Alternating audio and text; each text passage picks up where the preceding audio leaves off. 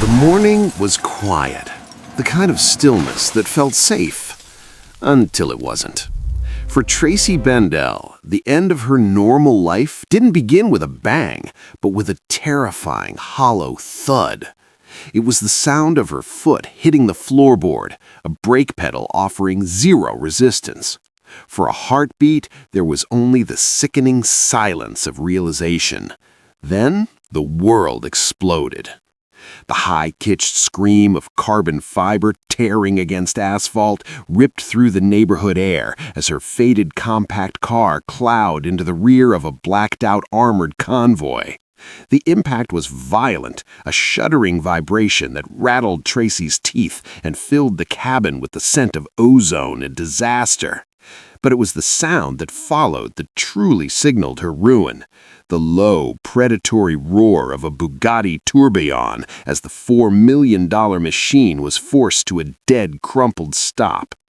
In that single, visceral moment, the quiet morning was gone, replaced by a debt that no amount of prayer could ever repay.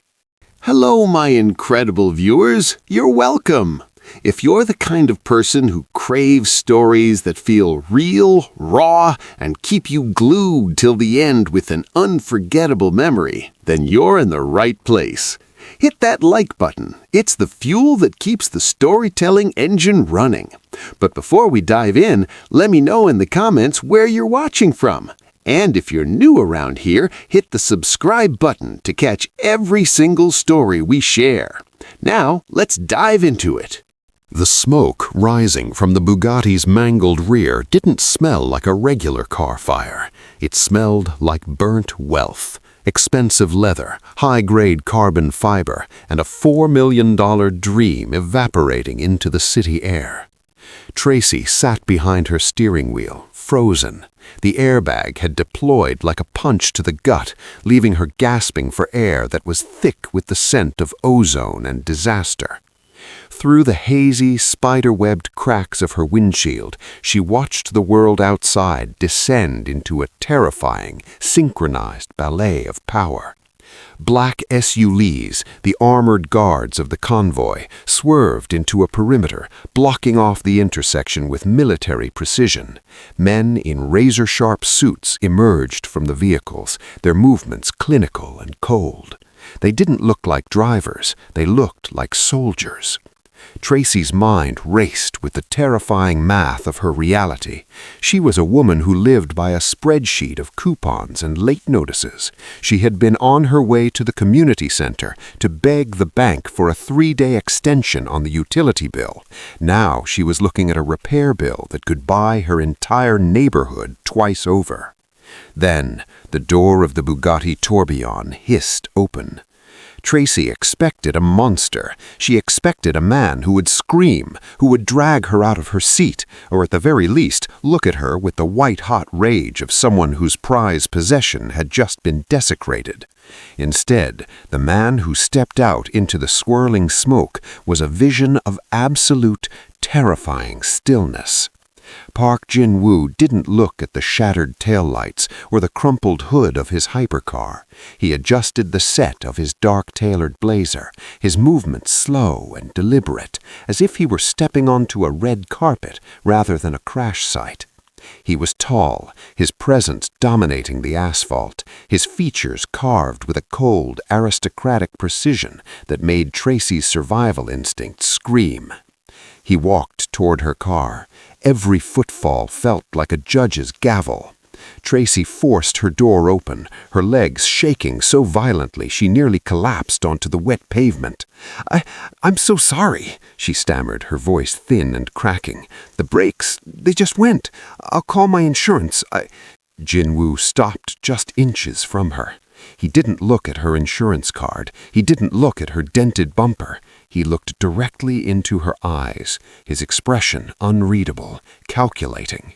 There was no anger in his gaze, which was the most frightening part of all. It was the look of a predator who had just seen something much more interesting than a broken toy. "Insurance?" he asked, his voice a low, melodic baritone that carried the weight of absolute authority. He glanced at her faded hoodie, and the exhaustion etched into her face. "You make $40,000 a year, Miss Bendel. Your insurance wouldn't cover the paint on my door handle." Tracy froze. Her heart skipped a beat, then doubled its pace. "How do you know my name?"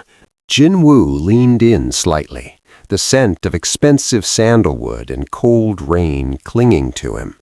He reached out, not to strike her, but to gently tuck a stray lock of hair behind her ear with a gloved hand. The gesture was intimate and deeply unsettling. "The car is a machine," he said, his voice dropping to a whisper that sent a chill down her spine. "Machines can be replaced, but a woman with your reputation for persistence is much harder to find. I think we should discuss how you're going to work off this $4 million mistake." He wasn't calling the police, he was claiming her. And in that moment, as the sirens finally wailed in the distance, Tracy realized the crash wasn't the disaster, it was the trap. He stood there, arms now crossed over his chest, looking down at her not as a victim of an accident, but as a master who had finally caught a long-tracked prize. The smoke cleared, but the fog of fear in Tracy's mind only thickened. He didn't want her money, he wanted her, and that was a debt that would cost her far more than any bank account could ever hold. The transition from the cold, rain-slicked pavement to the silent, suffocating luxury of the Park Tower was so seamless it felt like a fever dream. Tracy didn't go to the police station, and she didn't go home to her cramped apartment to cry.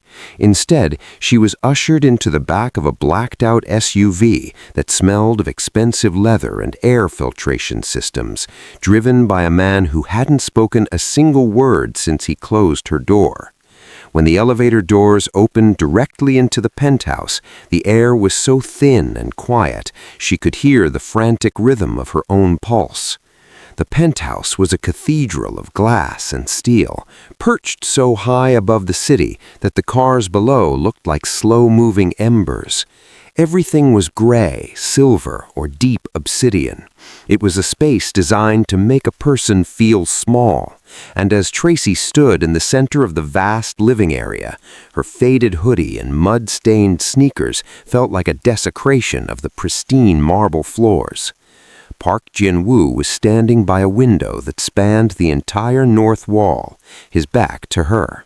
He had shed his blazer, and the silk of his white dress shirt strained slightly against his broad shoulders as he poured amber liquid into a crystal glass. The ice clinked, a sharp, lonely sound in the cavernous room. $4,800,000, Jin-Woo said, his voice carrying effortlessly across the room without him needing to turn around. That is the current valuation of the tourbillon you rendered undrivable, Tracy. It was only a 5 in this color profile. It cannot be repaired by a local mechanic, Tracy. It has to be shipped back to Molsheim, France. Tracy swallowed hard, her throat feeling like it was lined with glass. "I know what I did. I know I can't pay you, but taking me here, keeping me here, this isn't how the law works."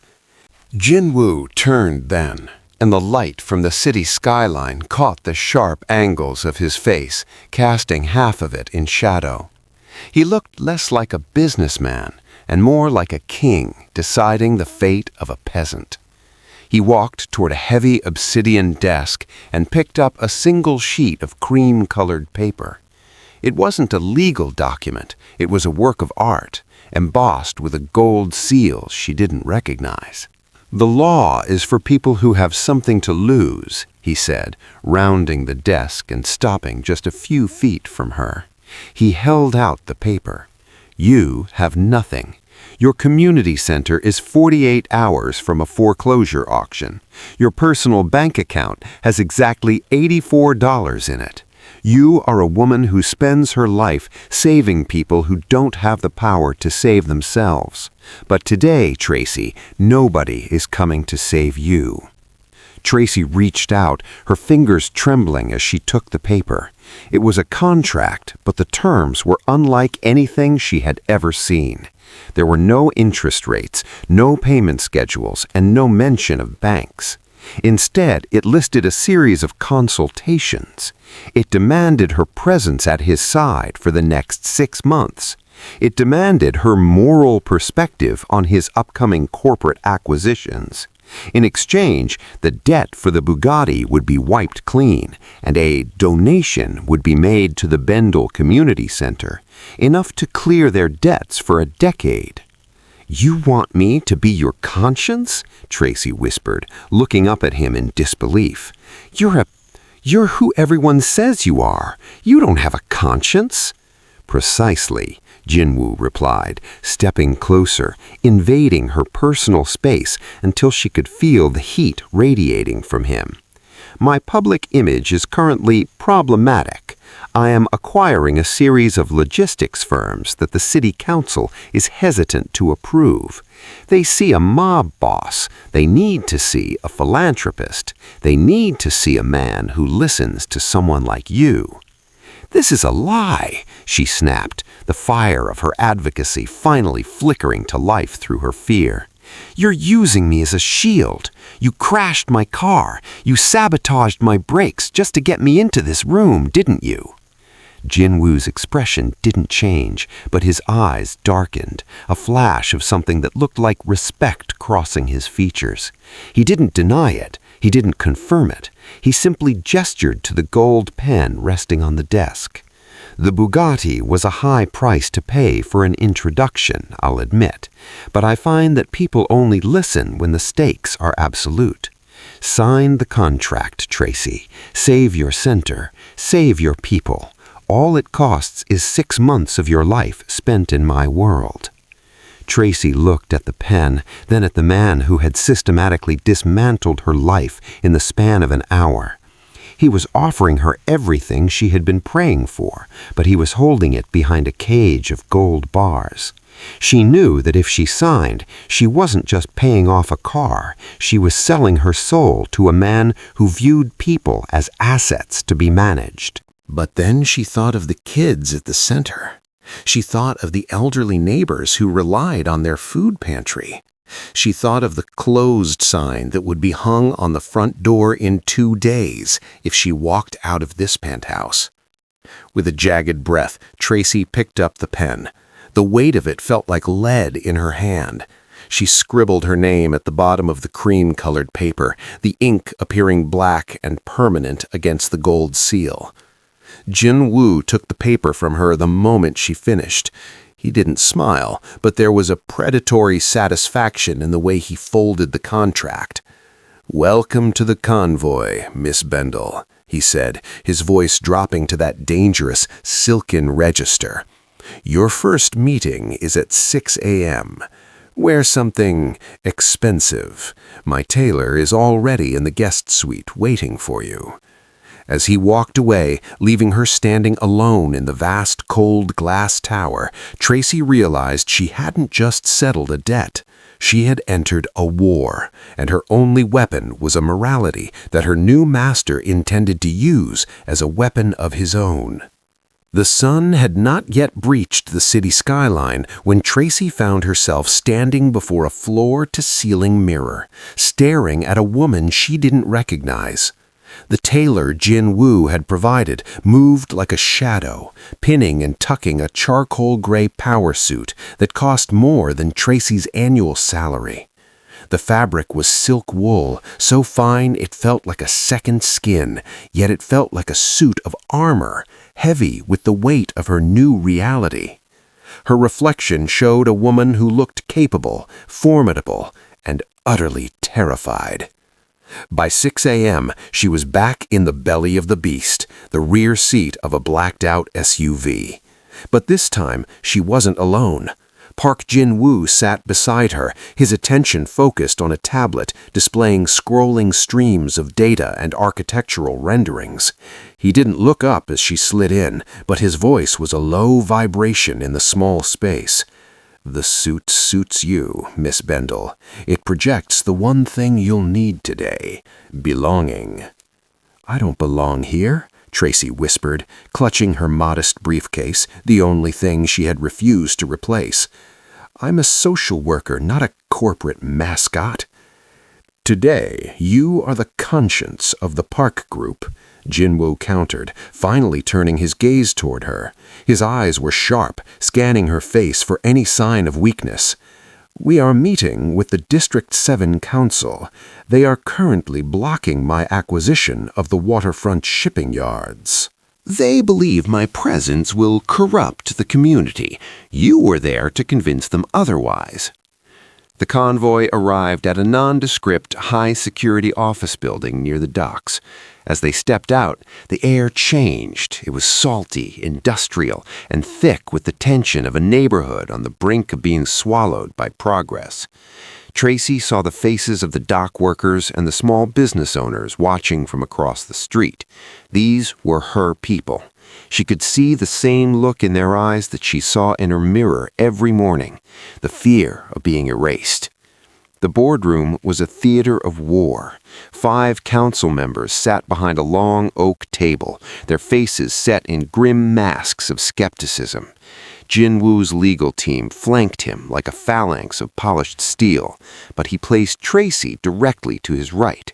He didn't introduce his lead counsel first. He introduced her. "This is Tracy Bendel," Jinwoo announced to the room. The silence was absolute. "She is the director of the Bendel Community Center.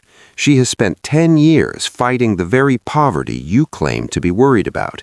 I have brought her here because I have no intention of building a fortress. I intend to build an ecosystem, and Ms. Bendel will be the one holding the keys." Tracy felt the heat of 10 pairs of eyes on her. Her heart hammered a frantic rhythm against her ribs. She looked at the council, then at Jinwoo. He was using her, yes, but as she looked at the maps on the table, she saw something she hadn't expected. The plans for the shipping yards included a vocational training center. They included subsidized childcare for the workers. They included the very things she had spent years begging the city for. "Is this true, Tracy?" one of the councilwomen asked, her voice softened by genuine confusion. "You're working for him?" Tracy looked at the gold-embossed contract in her mind, the debt of the Bugatti, and the faces of the children at her center who would have nowhere to go if she failed. She realized that Jinwoo was offering her a devil's bargain, but the devil was offering her the tools to save her world. "Mr. Park and I have a complex arrangement," Tracy began, her voice gaining strength with every word.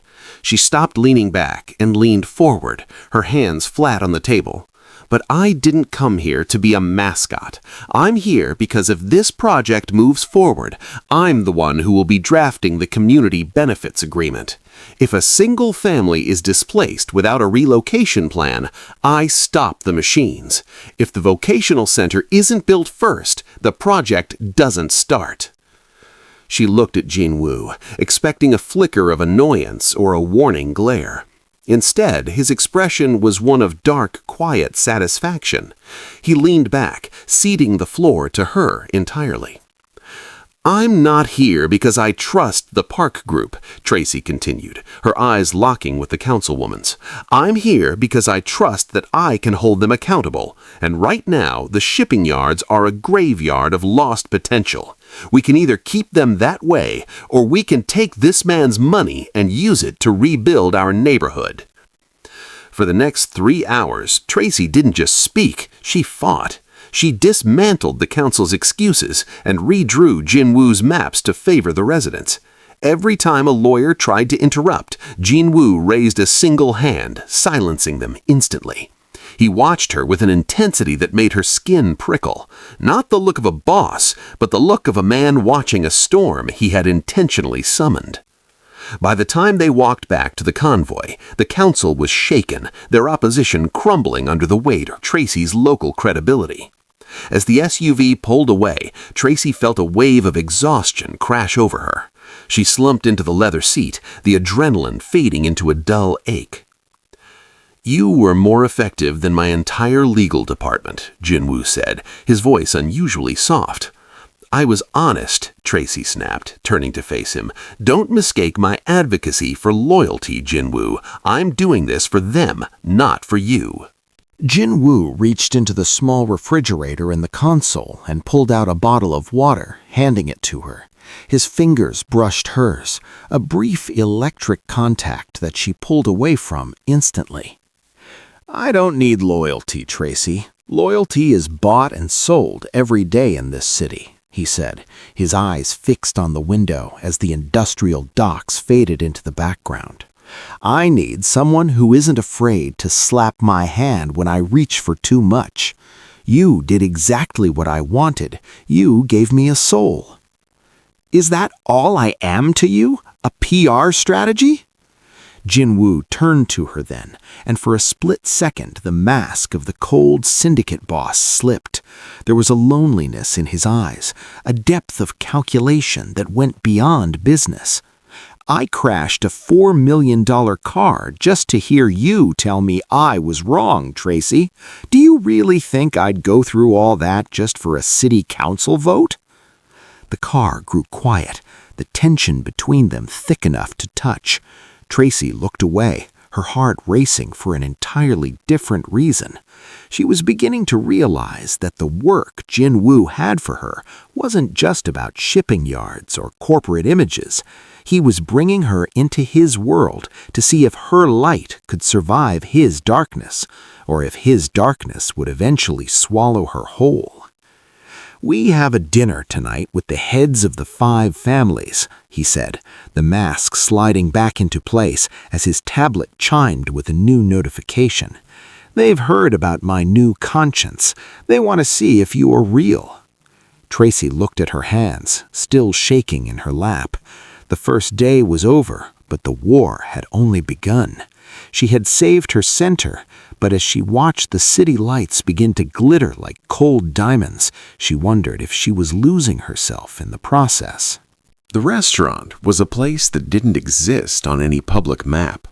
It was tucked behind an unmarked iron door in a narrow alleyway, a subterranean sanctuary of dark mahogany and deep crimson silk. The air was heavy with the scent of aged tobacco, expensive cognac, and an underlying current of cold, sharpened steel. As Tracy walked down the velvet-lined stairs, she felt the eyes of the underworld before she even saw their faces. Jinwoo didn't offer his arm, but he walked close enough that his presence acted as a physical barrier between her and the shadows. He had changed into a black-on-black suit that made him look less like a businessman and more like a reaper.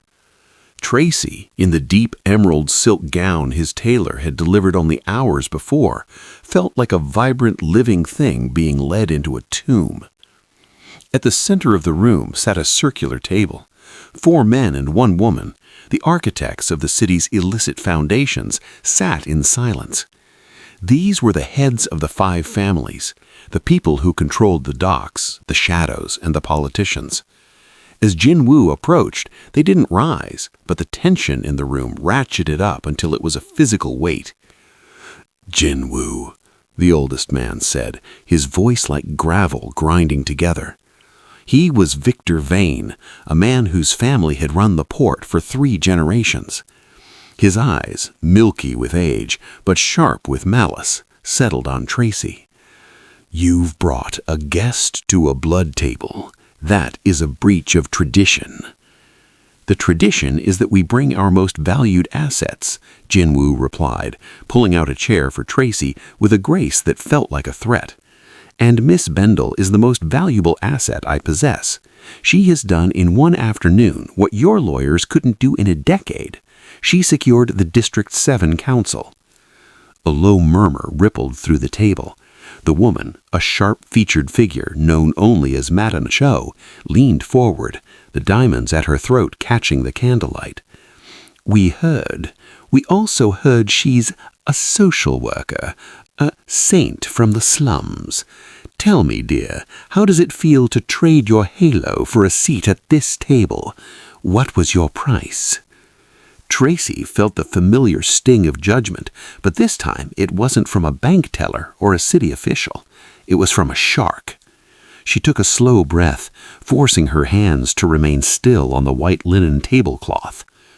"My price was the survival of people you've spent 40 years stepping on," Tracy said, her voice steady and clear. "I'm not here because I want your approval, Madam Cho. I'm here because Mr. Park understands something you don't. Power isn't just about who you can kill. It's about who you can convince to let you exist." The silence that followed was deafening. One of the men at the far end of the table scoffed, reaching for a steak knife. "Jinwoo, your pet has a bite, but let's be real. You brought her here to soften us, to make us think you're going legit so you can swallow our territories while we're busy looking at her pretty face." "I brought her here so you could see the future," Jinwoo said, his voice dropping to a dangerous low register. He picked up his wineglass, the red liquid swirling like a dark omen. "The old ways are dying. The city is changing. If we don't have a face that the public trusts, we will be hunted to extinction. Tracy Bendel is that face. She is the bridge." "And what happens when the bridge breaks?" Victor Vane asked, his eyes never leaving Tracy's. "What happens when she realizes that the donations you're making to her center are washed in the blood of the people she tries to save?" Tracy felt a cold shiver trace its way down her spine. She looked at Jinwoo, searching for a denial, but he remained a statue of calm. He didn't lie to her, not here. The brutal honesty of the table was his only currency. "She already knows," Jinwoo said simply. "She's a social worker. She sees the blood in the streets every day. The difference is, I'm the only one offering to help her clean it up." The dinner arrived, courses of Wagyu beef and rare truffles that tasted like ash in Tracy's mouth. For 2 hours, she sat in the crossfire of veiled threats and power plays. She watched how Jinwoo navigated the room, how he used her presence as a shield and a distraction, parrying their questions with her successes. He was a master of the game, and she was the highest card in his hand. But as the night wore on, Tracy noticed something. Jinwoo wasn't just defending her, he was watching her reaction to them. Every time Victor Vane made a crude comment or Madame Cho suggested a violent solution to a logistics problem, Jinwoo's eyes would flick to Tracy, measuring her disgust, her resilience, her fire. When the check was finally signed in blood and ink, and they stepped back out into the cool night air of the alleyway, Tracy felt like she had aged a decade. The convoy was waiting, engines idling like purring beasts. "You didn't eat," Jinwoo noted as the door closed, sealing them back into their private leather-scented world. "I don't have much of an appetite for vultures," Tracy snapped, leaning her head against the cool glass of the window. "They're right, aren't they? I'm just a coat of white paint on a crumbling, blood-stained wall." Jinwoo reached out, his hand hovering over hers for a second before he pulled back, as if remembering a boundary he wasn't yet ready to cross. "You are the only thing in that room that wasn't for sale, Tracy. That's why they hate you, and that's why I need you." "Is that why you brought me? To prove you could own something that wasn't for sale?" Jinwoo looked at her, the passing streetlights casting rhythmic flashes of amber across his face. "I don't want to own you, Tracy. I want to see if someone like you can survive someone like me." He leaned closer, his voice barely a whisper above the hum of the tires. "Because if you can survive me, then maybe there's hope for me yet." Tracy looked at him, the dangerous, powerful man who had destroyed her car and saved her life in the same breath. For the first time, she didn't see a boss or a monster. She saw a man who was drowning in his own empire, reaching for her as if she were a life raft. And as she looked down at the emerald silk of her dress, she realized with a jolt of terror that she wasn't just his conscience, she was becoming his obsession.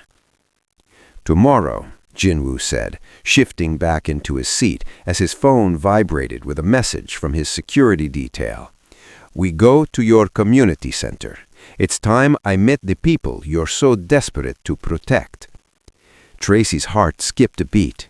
Bringing him to the center was a risk she wasn't sure she was ready to take. "They won't like you," she warned. "I'm not going there to be liked," Jinwoo replied, his eyes turning back to the dark window. "I'm going there to see what I bought for $4 million. The morning air at the Bendel Community Center was thick with the scent of cheap floor wax and the brewing industrial coffee that Tracy had relied on for years. But today, the atmosphere was fractured. Outside, the black SUVs of Jinwoo's Convoy sat idling like predatory beasts, their tinted windows reflecting the crumbling brickwork of the neighborhood.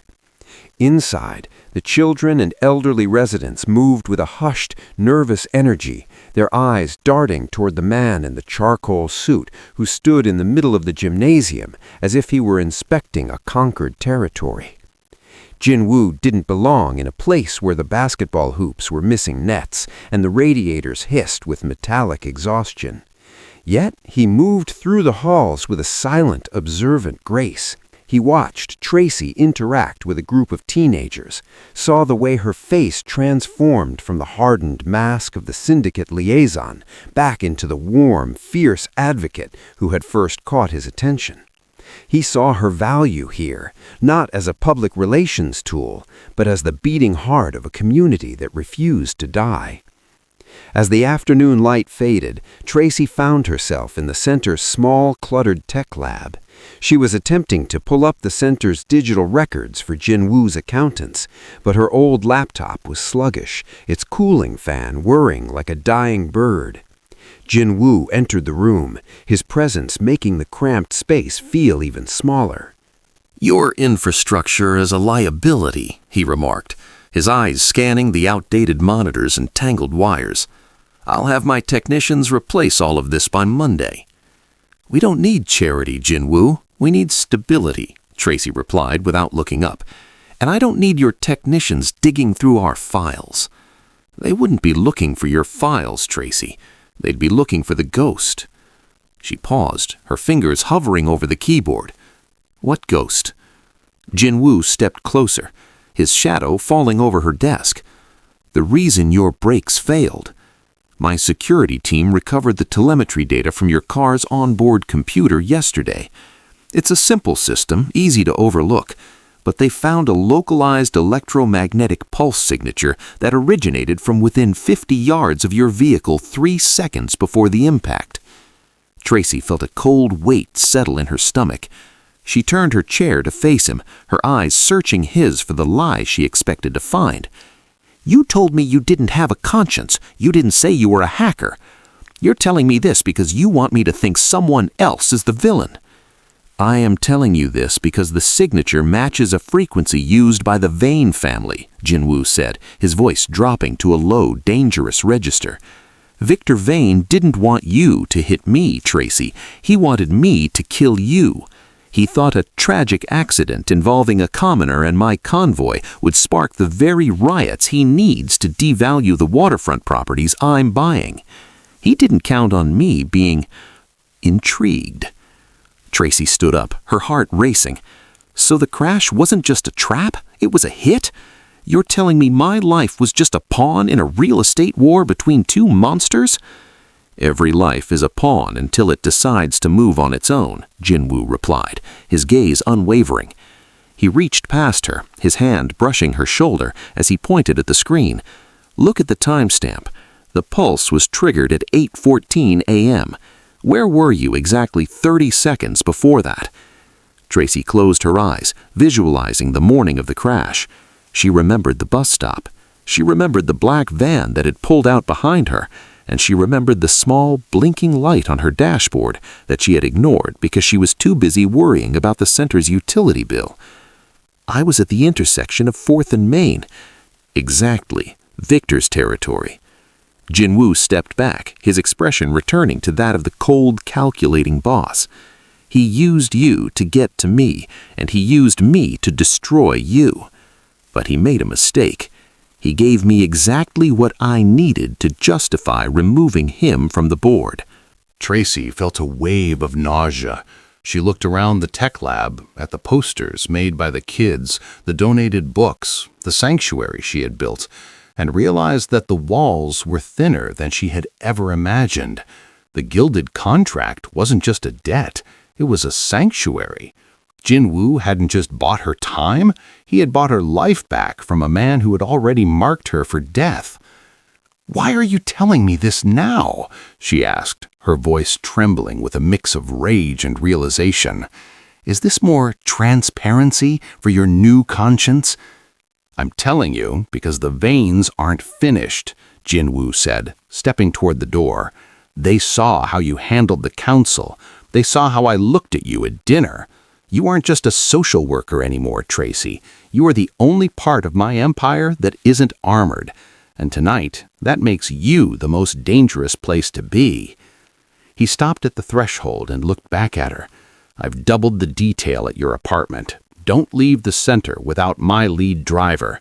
The ghost in the machine is gone, but the men who sent it are very much alive." As he walked away, the heavy thud of his dress shoes echoing in the quiet hallway, Tracy sat back down in her creaky chair. She looked at the screen, at the lines of data that proved her life had been manipulated by forces she couldn't see. She had thought she was saving her community by signing Jin-Woo's contract, but she realized now that she was standing in the center of a much larger fire. She wasn't just a bridge, she was the battlefield. And as she looked at the black SUVs waiting outside in the twilight, she realized that the man who had destroyed her car might be the only thing standing between her and a ghost that finally wanted to finish the job. The following week, the Bendel Community Center underwent a transformation that felt more like a military occupation than a renovation. Men in silent, dark uniforms replaced the flickering fluorescent tubes with soft, recessed lighting that made the aging bricks glow like embers. New computers arrived in crates bearing no logos, and the industrial kitchen was stocked with high-grade provisions that the neighborhood hadn't seen in decades. But as the physical walls were reinforced, the tension between Tracy and her benefactor only grew. She found Jin-Woo in the center's small courtyard late one evening, watching a group of neighborhood kids play on a brand-new reinforced playground set he had installed over the weekend. He looked out of place against the backdrop of graffiti-covered alleyways, yet he stood with a stillness that suggested he was anchored to the spot. Tracy approached him, her heels clicking on the new pavement. She didn't thank him. Instead, she stood beside him, her arms crossed tightly over her chest.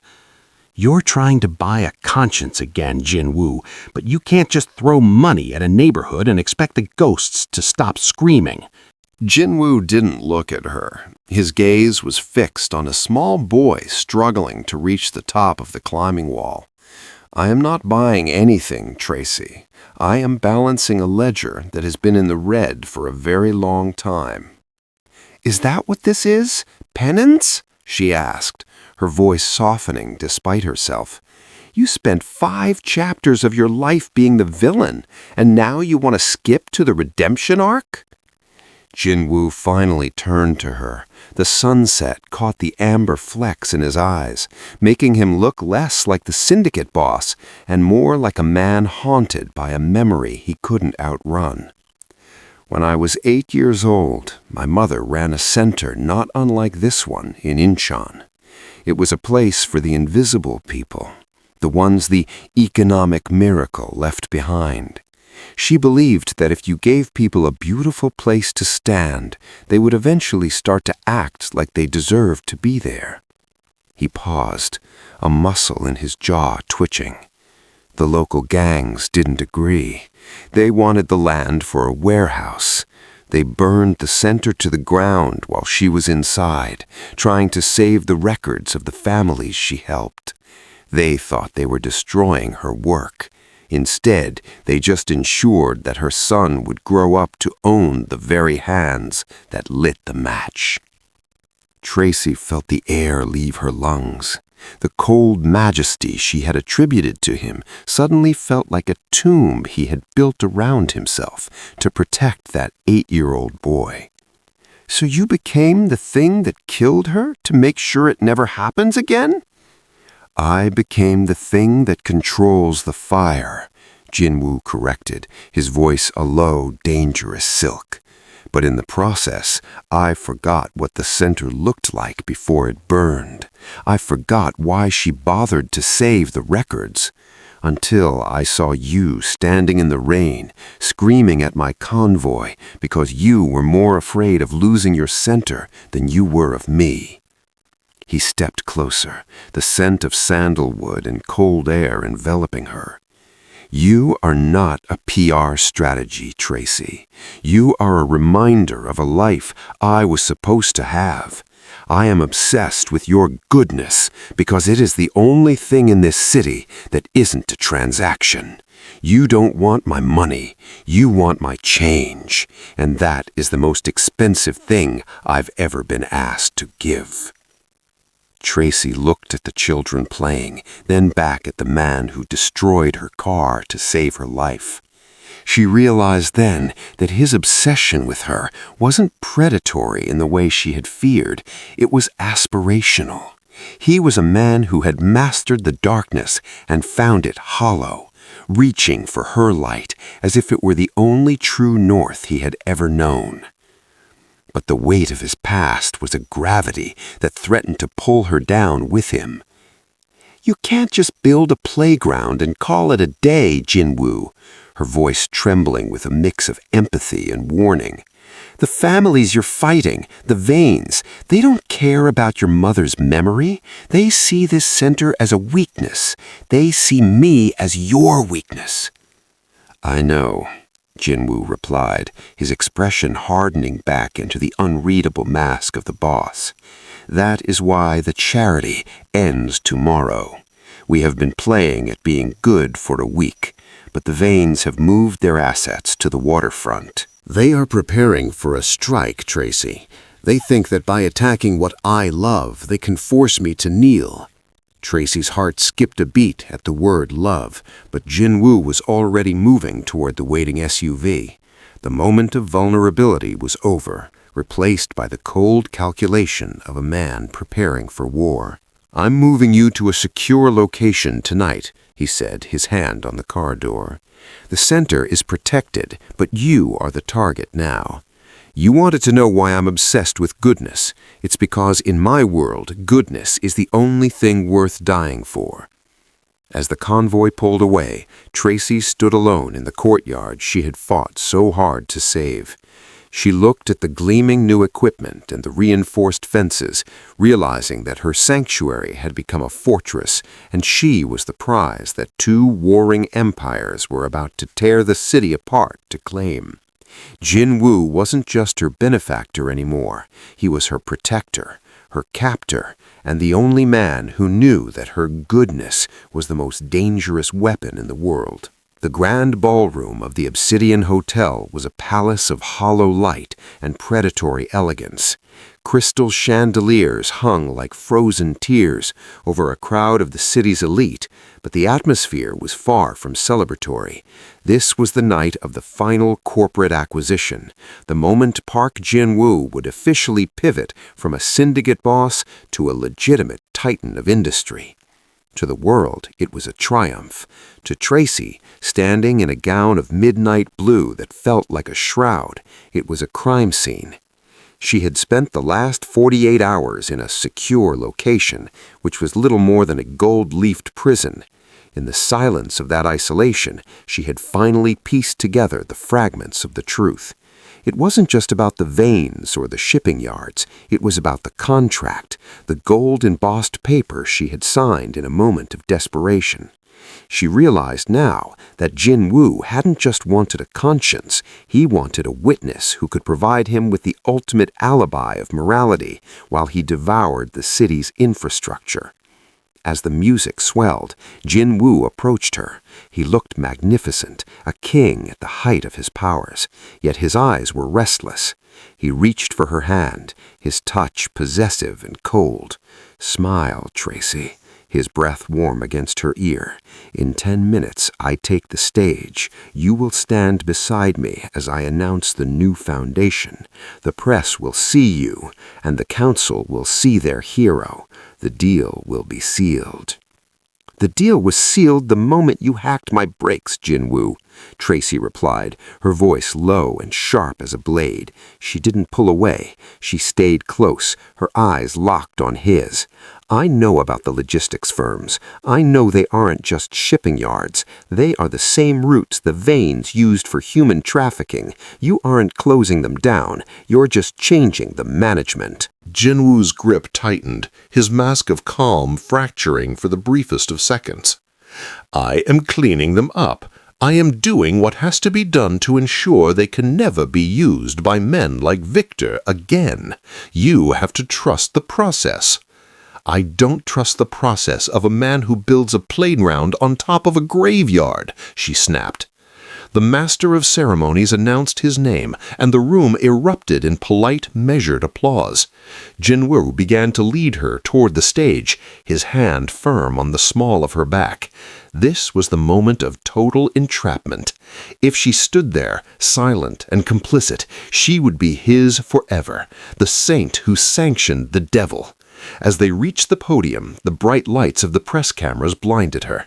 Jinwoo stepped to the microphone, his voice radiating a fabricated warmth. "Tonight is not about profit," he began, his hand finding hers. "It is about the soul of this city, and no one embodies that soul more than Tracy Bendel. Because of her, the Park Group is changing its path. We are—" "He's lying." The words weren't loud, but in the amplified silence of the ballroom, they hit like a physical blow. Tracy stepped forward, pulling her hand from his as if it had been burned. The camera flashes intensified, a chaotic storm of white light. "Tracy, don't!" Jinwoo hissed, his shadow looming over her. "The contract I signed was a debt for a car I never chose to hit," Tracy said, her voice echoing through the speakers, steady and defiant. She reached into her clutch and pulled out the folded cream-colored paper. "This document isn't a partnership. It's a ransom note. Mr. Park didn't find me. He manufactured a disaster to acquire me. And while he talks about foundations and community, he is currently finalizing the acquisition of firms that thrive on the misery of the very people I protect." The room descended into a frantic roar of whispers and gasps. Jinwoo stood frozen, his face a mask of shock and burgeoning rage. He had spent millions to build this stage, and she was burning it down in front of the entire world. "I am breaking this contract," Tracy declared, her eyes finding Jinwoo's. She didn't see the boss anymore. She saw the 8-year-old boy who was so afraid of the fire that he had decided to become the match. "You told me you were obsessed with my goodness, Jinwoo. Well, here it is. My goodness says that I cannot be your shield. I cannot be the face of a lie. If you want to be a better man, do it because it's right, not because you have a social worker to show off." She tore the paper in half. The sound of the heavy vellum ripping was the loudest thing in the room. She dropped the pieces at his feet and walked off the stage. The shipping yards are being signed over to a community trust. The logistics firms are being audited by the city. I am liquidating the empire, Tracy. All of it. Tracy stared at the screen, the blue light reflecting in her eyes. "Why? Because I humiliated you at the gala?" "Because you were right," Jinwoo said, taking a step toward her. "I thought I could control the fire. I thought if I used the darkness to build something good, the darkness wouldn't count. But I watched you stand on that stage and risk everything just to tell the truth. You were willing to lose your center, your safety, and your future just to keep your soul." He looked at the crumbling brick of the center behind her. "I realized I'd rather be a man with nothing who is worthy of your respect than a king who has to trick you into staying." The air between them crackled with the weight of his choice. This was the burning of the convoy. He wasn't just giving up money. He was giving up his protection, his identity, and the only life he had ever known since the day his mother's center burned. By liquidating Lotus, he was making himself a target for every rival he had ever stepped on, including the veins. He was choosing to be vulnerable. "You're going to be looking over your shoulder for the rest of your life," Tracy whispered, her heart aching for the man behind the monster. "I've been looking over my shoulder since I was 8 years old," Jinwoo replied, a ghost of a smile touching his lips. "At least now, when I look back, I won't see a trail of lies. I've cleared the debt, Tracy. The Bugatti, the contract, the center, it's all gone. There is no more leverage." He turned to walk back to his car, but Tracy called out his name. He stopped, his back to her, his shoulders tense. "Why are you really doing this? Is this just another move to get me to stay?" Jinwoo turned his head slightly, his profile sharp against the streetlights. "I'm doing it so that if I ever ask you to stay again, it will be the first time in my life I've asked for something I didn't already own. I'm choosing to be better, Tracy. Not for you, but because you made me remember that I could be." He didn't wait for her to answer. He got into the car and drove away, leaving Tracy standing at the gate. As the taillights faded into the city night, she realized that the man who had crashed into her life to trap her had just destroyed everything he possessed to set her free. The debt was settled, but a new, far more complicated question remained. What happened to a saint when the devil finally decided to change? 6 months later, the Bendel Community Center didn't look like a fortress anymore, nor did it look like a ruin. The scaffolding had come down, revealing a structure that honored its history while embracing a future that was finally secure. The park name was nowhere to be found on the building. Instead, a simple plaque near the entrance dedicated the new wing to the memory of a mother who had believed in the power of a beautiful place to stand. Tracy stood at the front desk, sorting through neighborhood flyers, when she heard the familiar low hum of an engine. Not the roar of a hypercar, but the steady, honest sound of a man arriving without a convoy. Jinwoo entered the lobby wearing a simple dark sweater and jeans. The cold majesty that had once defined him had softened into something more human, though the intensity in his eyes remained. He had spent the last several months in a legal and financial purgatory, untangling the knots of his former life. He was no longer a king, but he was finally a man who could walk down the street without looking for ghosts. "The training center is full," Tracy said, her voice warm but grounded. She didn't drop what she was doing. She didn't need to perform for him anymore. 3 of the mothers from the waterfront project just passed their certification. They start at the logistics firm on Monday, the one the city took over. Jinwoo leaned against the desk, watching her. "And the foreclosure?" "Settled. The community trust owns the land now. No one can ever take it away from us again." She finally looked up, meeting his gaze. "You kept your word, Jinwoo. You burned the empire and left us with the foundation." "I left myself with a foundation, too," he replied. He reached into his pocket and pulled out a small, worn object. It was a keychain, a simple, cheap plastic thing from a local gas station. "I bought a car yesterday, a used sedan. It has excellent brakes." Tracy felt a laugh bubble up in her chest, the first truly effortless sound she had made since the day of the collision. "Is that right? I hope you have better insurance this time." "I have something better than insurance," Jinwoo said, his expression turning serious. He stepped around the desk, stopping just close enough for her to feel the familiar electric pull of his presence. "I have a clean slate. I have a life that isn't a transaction, and I have the courage to ask you for something I don't own." The air in the lobby grew still. The kids in the gym were laughing. The radiators were humming with a new steady heat, and the scent of fresh paint and coffee filled the air. This was the world they had built together, one through desperation, the other through redemption. "I'm not the woman I was when I crashed into you. I'm not a victim, and I'm not a conscience for hire." "I know," Jinwoo replied, reaching out and gently taking her hand. His fingers were warm, his grip steady. That's why I'm here. I don't want to shield Tracy. And I don't want a saint. I just want to know if there's room in this community for a man who is learning how to be good from the ground up. Tracy looked down at their joined hands. She thought of the Bugatti, the contract, the gala, and the fire. She thought of the man who had been a monster and the man who had dismantled his world to prove he could change. Redemption didn't happen in a single moment. It happened in the quiet, honest choices made after the wreckage was cleared. "We have a volunteer orientation tonight at 6, she said, a small, hopeful smile playing on her lips. "We need someone to help with the youth basketball league. It's hard work, the pay is non-existent, and the kids won't care who you used to be." Jinwoo smiled, a real, genuine smile that reached his eyes and stayed there. "It sounds like exactly what I can afford."